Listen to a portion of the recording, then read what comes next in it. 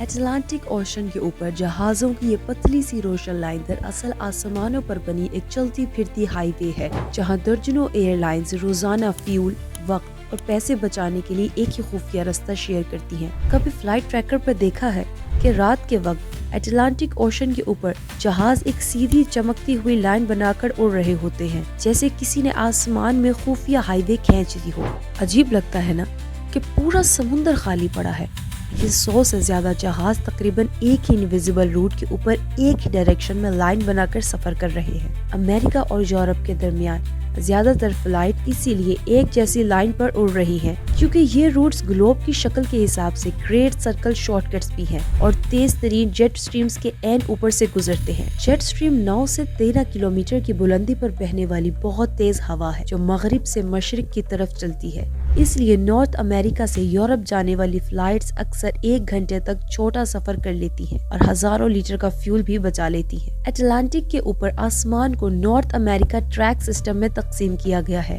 جہاں روزانہ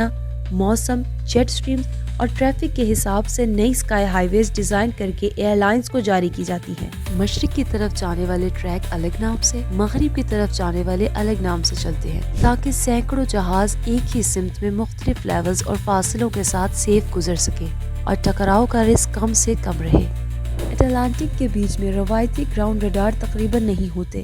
اسی لیے یہاں جہاز سیٹلائٹس، جی پی ایس، آٹومیٹک رپورٹس اور ہائی فریکوینسی ریڈیو کے ذریعے اپنی پوزیشن، اونچائی اور اگلے وے پوائنٹس کنٹرول سینٹرز کو بھیجتے رہتے ہیں۔ ان ڈیجیٹل رپورٹس اور سخت سیپریشن رولز کی وجہ سے ہر جہاز کے درمیان مختلف لمبائی اور اونچائی کا فاصلہ برقرار رہتا ہے، چاہے وہ فلائٹ ٹریکر پر ایک ہی لائن میں کیوں نہ نظر آئیں۔ سیٹلائٹ بیسڈ مانیٹرنگ اور نئے رولز کے بعد کچھ لیولز پر روایتی ٹریکس ہٹا کر زیادہ فلیکسیبل روٹنگ بھی متعارف ہو رہی ہے، تاکہ ایئر لائنز اور بھی زیادہ فیول اور وقت بچا سکیں۔ 2025 میں نئے NAT ڈاکیومنٹس اور رول چینجز کے ساتھ نارتھ اٹلانٹک ایئر اسپیس کو اور زیادہ سمارٹ، سیف اور انوائرمنٹ فرینڈلی بنانے پر فوکس بڑھ گیا ہے۔ اسی لیے یہ انویزیبل ہائی ویز اب پہلے سے بھی زیادہ پلاننگ اور ڈیٹا کے ساتھ چلائی جاتی ہیں۔